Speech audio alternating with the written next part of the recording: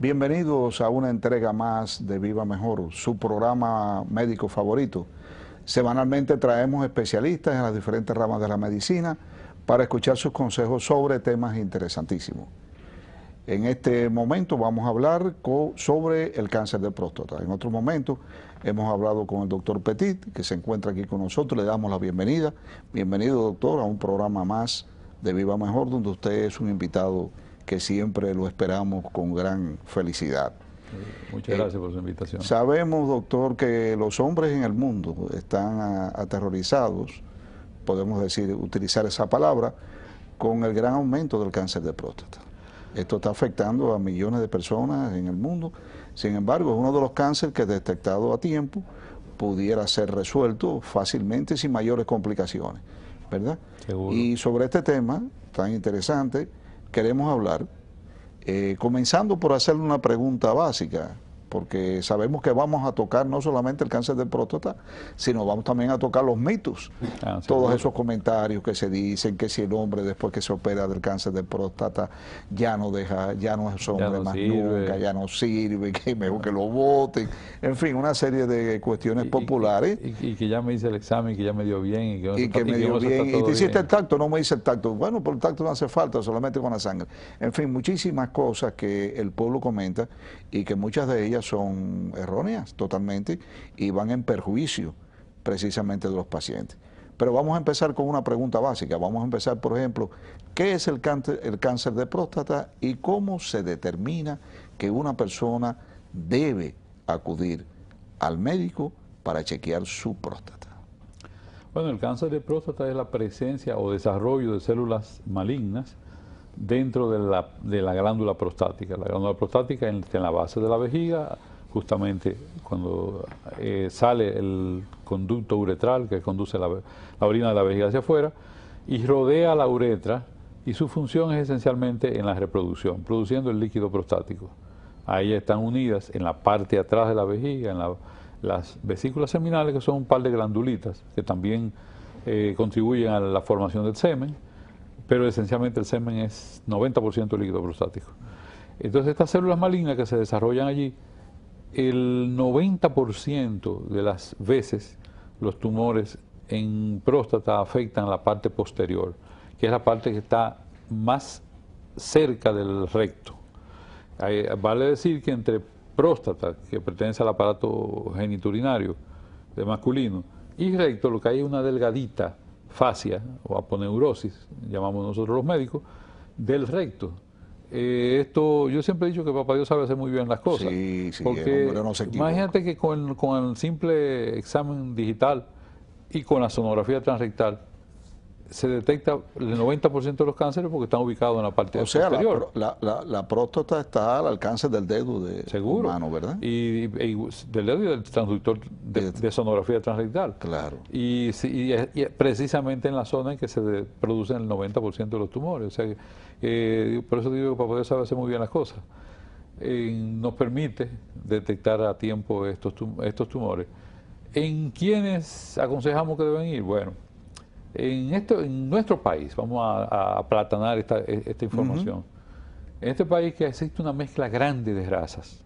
Aquí puede haber un 10% puro de blanco, un 25% puro de negro, pero el resto somos mulatos, en mayor o menor medida. Entonces, en el sentido general, se aconseja que sea a los 40 años. O sea, que comience a chequearse a partir de los 40 años. A partir de los 40 años. Tomando en cuenta, óigase bien, amigo televidente, si usted tiene un padre o un hermano afectado, o sea, una relación directa, usted tiene 5 a 7 veces más posibilidad de desarrollar un cáncer que el que no lo tiene. Y si existe un segundo familiar, por ejemplo, un papá y un tío, un papá y un hermano, bueno, esa posibilidad prácticamente se duplica. Perdóname, doctor, aunque el tío sea por la parte de la madre. Bueno, sí, aunque sea, porque esta es una enfermedad que se transmite genéticamente y no tiene que ver con el sexo. O sea, no está ligada al sexo. La mamá, su papá, o sea, el abuelo de una persona puede haber tenido cáncer de próstata ese señor tiene una hija, él le transmite a esa hija ese gen. Obviamente la mujer no tiene próstata, no se va a desarrollar. Claro. Pero esa mujer tiene varios hijos varones y puede ser que alguno de ellos desarrolle el cáncer. Muy interesante.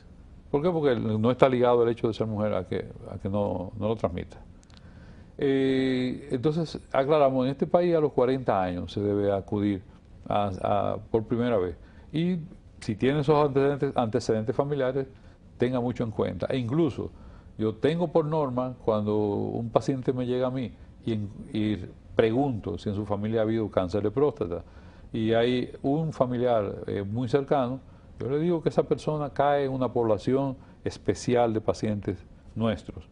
¿En qué sentido? En que tienen que ser vistos cada 6 meses. Doctor, pero tomando esa estadística, ¿no? Podríamos decir que prácticamente son muy pocos los que están fuera de correr este riesgo, ¿no? Bueno, no crea, ¿no?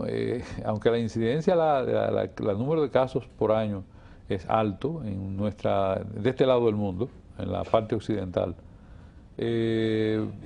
y es el cáncer, dentro de los cánceres que afecta al hombre, es el cáncer, ahí pelea cabeza con el cáncer de pulmón. A veces dicen que el pulmón es que es más frecuente, otra vez dicen que es el próstata, pero bueno, y ahí se discuten en el primer lugar. No tan así que no hay familia prácticamente que se pueda librar de un cáncer de próstata. No creo que lleguemos a ese extremo, pero de que es bien alta. Piénsese que es de todos los cánceres que afectan al hombre, el pulmón y próstata son los dos más frecuentes. Sí. ¿Cuáles son los síntomas, doctor, que una persona debiera estar atento, que pudiera estar indicando que tiene alguna disfuncionalidad prostática? Perfecto. Fíjense una cosa, ahorita yo decía que el cáncer se desarrolla en la parte posterior. Sí. Esa parte está bastante lejos del canal uretral. Pero ¿qué sucede? Que inicialmente no hay síntomas.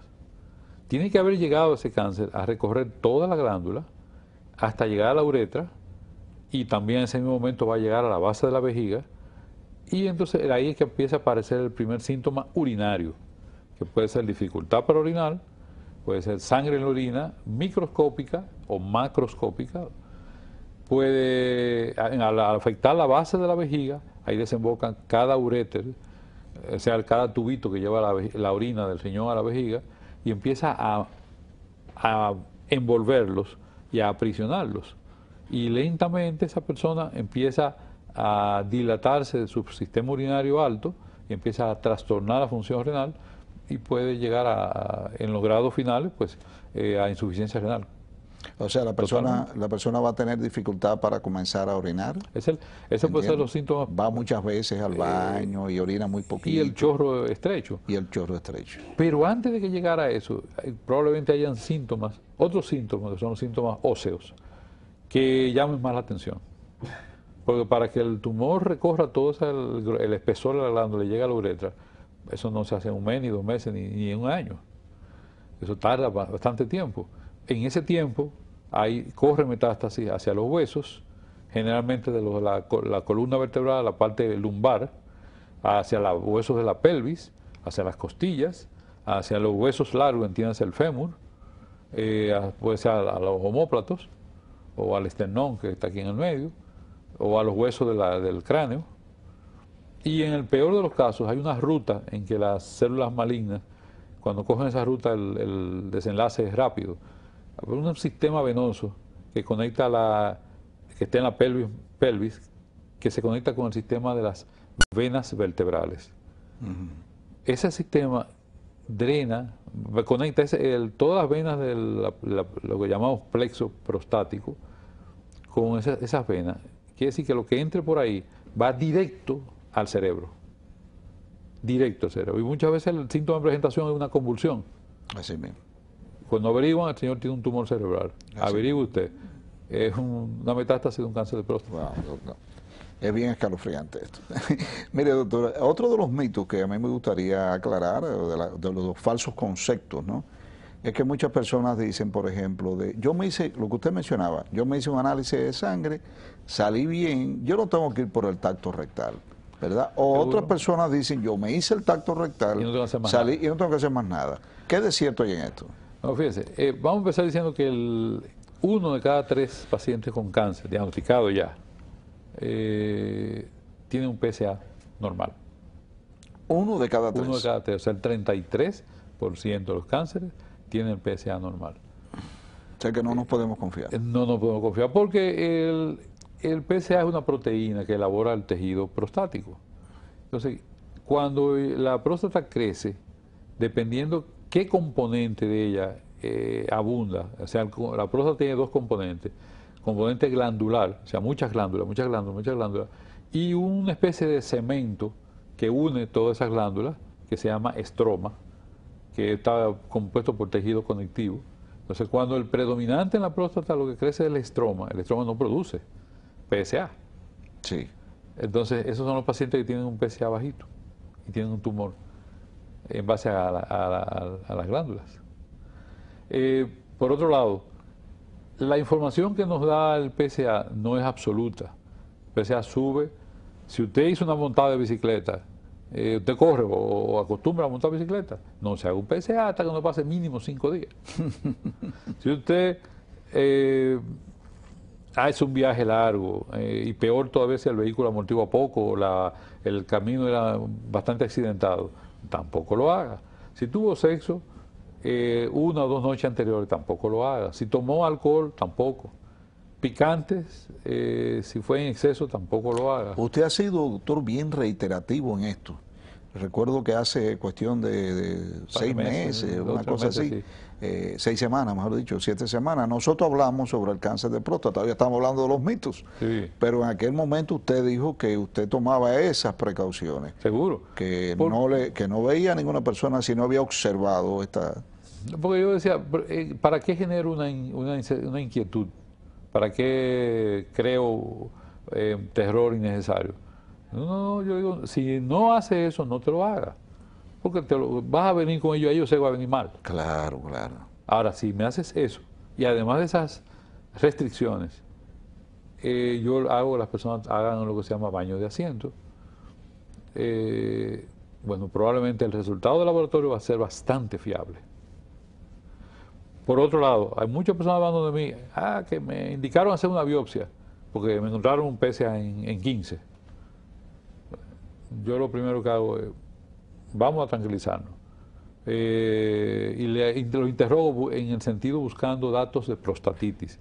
Prostatitis no es más que inflamación de la próstata. Si no lo encuentro, son muy vagos, aún así lo trato como prostatitis. Y le mando a hacer un PSA en un mes o un mes y medio.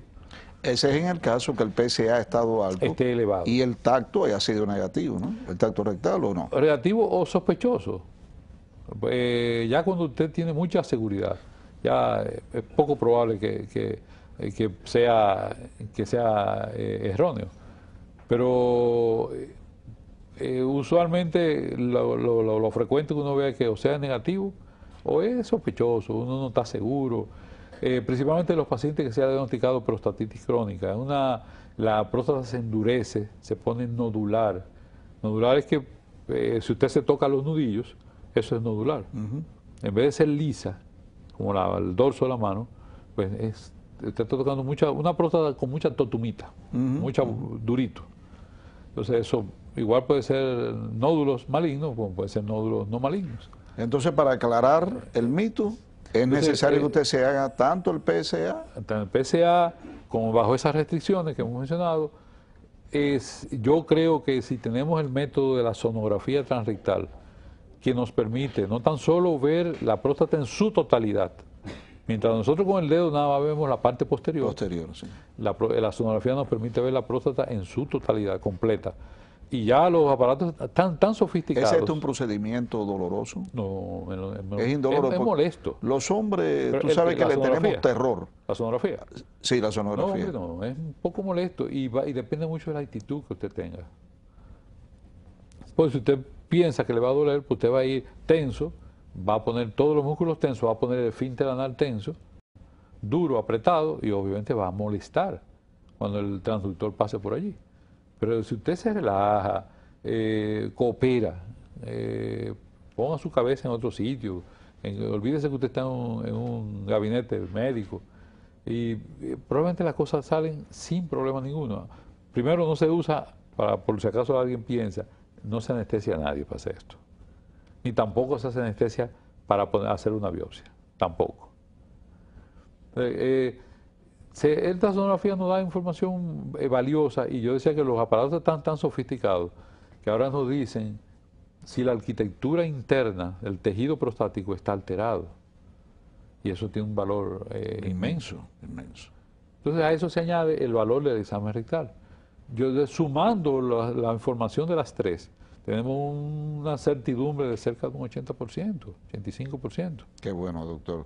Qué bueno que por saber separado, yo personalmente no creo que ninguno llegue al 50%.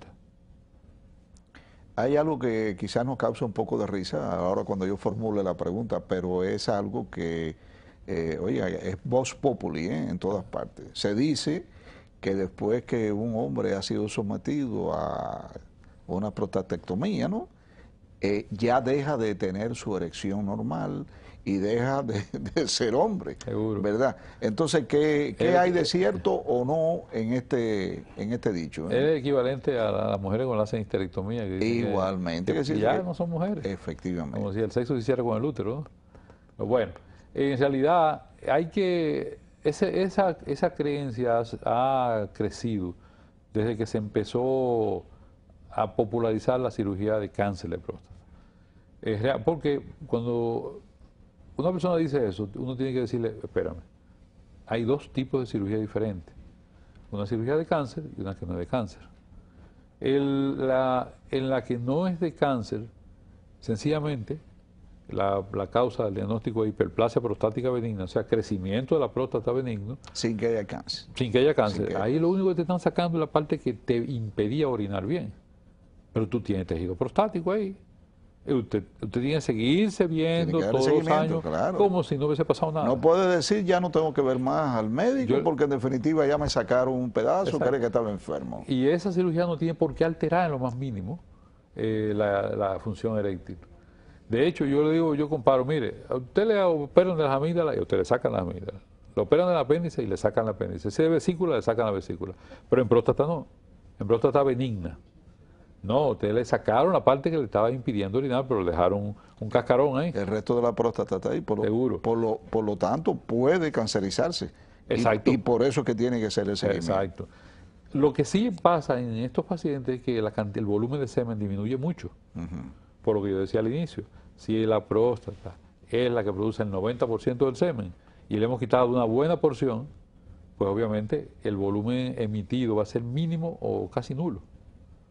Pero a la edad que se hacen estas cirugías, son edades que nadie le interesa preñar a una mujer. Por varias razones. Y más con la situación como está. ¿No, verdad? O sea que cuando usted dice eso, no más sirve para embarazar a una mujer.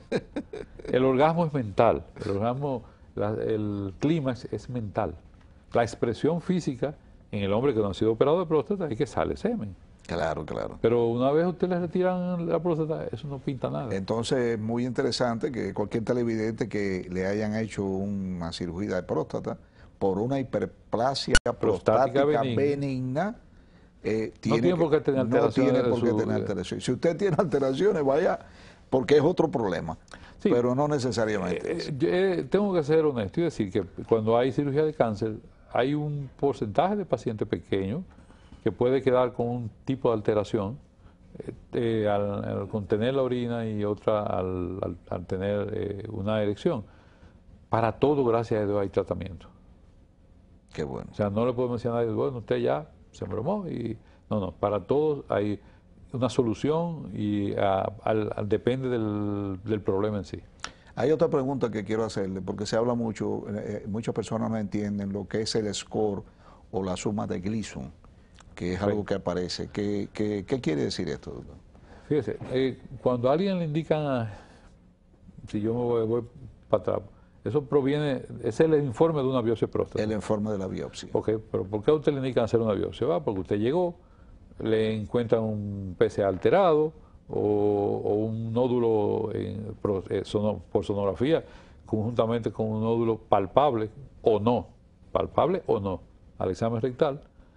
Y ese PSA no baja en una segunda determinación, Entonces, conforme a ciertas evidencias, el médico, el buen juicio del urólogo determina que usted hay que hacerle una próstata, una biopsia de próstata. Una biopsia. El informe va a salir, cuando sale positivo, adenocarcinoma prostático, usualmente sale invasivo, entonces va a salir unos numeritos ahí. Eso se llama suma de Gleason. ¿Qué es lo que significa esto? Que el patólogo agarra los pedacitos de tejido y examina 100 células. Entonces, ¿qué sucede? La célula, mientras menos se parece a la célula normal, va a tener un numerito más alto. Y él recorre 100 células y va diciendo, bueno, encontré 15 con tipo 2, 20 con tipo 3, la que predomine, bueno, ese es el numerito del primer sumando. Y vuelve y recorre, coge otras 100 células y hace lo mismo en otra pieza de tejido que se envió para la biopsia. Entonces, ese es el segundo sumando. Normalmente la suma de los dos va a ser un factor pronóstico y va a orientar al urólogo acerca de cuál es el mejor tratamiento para esa persona. Mientras más alto el número, va a indicar que las células malignas que usted tiene en su tumor son más agresivas. Agresividad en cáncer significa que tiene a crecer más rápido, a diseminarse más rápido. Y que el médico tiene que ser rápido también en la aplicación del tratamiento. Afortunadamente, te puedo decir que el 85-90% de los cánceres de próstata no suelen ser compuestos por células agresivas. ¿Qué sería una suma agresiva? Si da 8, si da 9 o el peor de todos, 10. Esos serían las tres variedades. Mientras más alto es el número, más agresivo, más el crecimiento más rápido y se disemina más rápido. Sí. Allí estamos viendo las etapas del cáncer de próstata. La etapa 4, obviamente, y la 3 esos no son pacientes curables ya. Solamente se puede hablar de curación en la etapa 2 y la etapa 1, que es la que está arriba, a la derecha. En la etapa 1 principalmente. Curable quiere decir que el tumor está localizado y que se puede erradicar totalmente. Se puede erradicar. Etapa 1 y etapa 2. No. O sea, hasta 2 hay un porcentaje de curación. Ya etapa 3 y etapa 4 lo que hacemos es darle una excelente calidad de vida a esos pacientes. Hoy día estas personas pueden durar 12, 13, 14 años. Etapa 3, etapa 4. Fantástico. O sea que es bastante para No hay cirugía para este tipo de pacientes. Si hay cirugía, es cirugía paliativa. Y va a depender también de la edad y de la condición del paciente. Ya. Tocamos ahorita el punto de la biopsia. Hay siempre un temor de la gente cuando le dicen biopsia, creen que se va a caer el mundo o que es algo que es una cirugía. Sí. Una biopsia es igualito que una sonografía transrectal, lo único que dura unos 4 o 5 minutos más. El aparato que se introduce en el recto, que se llama transductor, es hueco. Tiene un canal fino por donde se pasa la agujita que extrae cilindros de tejido del grosor de un cabello. O sea que es una cosa muy fina. Okay. Entonces, acorde al tamaño de la glándula prostática, así va a ser el número de biopsias que se tomarán. Normalmente no requiere anestesia porque no es doloroso. Es molesto, pero no es doloroso. Ok, perfecto. O sea que no tienen por qué ir con con aprensión, no, que va. Cuando usted va relajado, las cosas salen mejor. Doctor, yo quiero hacerle una pregunta antes de terminar, que ya nos están haciendo señas. Sí, señor. En el sentido de que otro de los mitos grandes que se dice, otro de los mitos grandes es que si una persona, por ejemplo, tiene la necesidad de la cirugía prostática, después va a tener una enuresis continua. O sea que la persona va a tener una incontinencia que el paciente va a tener que estar usando pamper por el resto de la vida. Bueno, la incontinencia urinaria se ve muy raras veces en la cirugía de hiperplasia prostática benigna, o sea, la que no es por cáncer. Se puede ver y es menos del 10% en la cirugía de cáncer, Porque como aquí tenemos que sacar la glándula completa y la glándula está pegadita, descansa sobre el esfínter, eso hace que se pueda lesionar en parte el esfínter. Para todo, como dije, hay tratamiento. Perfecto. Se puede controlar con medicación, con ejercicios y en raros casos requiere colocación de un esfínter artificial. Perfecto. Queremos decirle a nuestro querido televidente que han estado escuchando al doctor Petit hablando sobre el cáncer de próstata, que es muy importante que si usted está presentando algunos síntomas, acuda prontamente a su médico para un chequeo que no es doloroso en la mayoría de los casos y que puede ayudarlo muchísimo. Doctor, muchísimas gracias por su presencia aquí hoy. Estamos muy contentos de esto. Se nos ha terminado el tiempo, desafortunadamente. Sé que han quedado algunos cabos sueltos que tendremos que algún día venir y recogerlo. Yo le voy a añadir algo más. No tan solo que espere si tiene síntomas, si tienen 40 años, vaya. Si tienen 40 años, ya deben hacerse. Aunque no tenga síntomas. Aunque no tenga síntomas. Si tiene 40 años, ya debe hacerse su examen prostático. Muchas gracias por tu invitación. Ok, un placer, doctor. Y a ustedes, por favor, continúen con nuestro programa En Sintonía y muchísimas gracias por tenernos presentes en su casa en esta oportunidad. Gracias.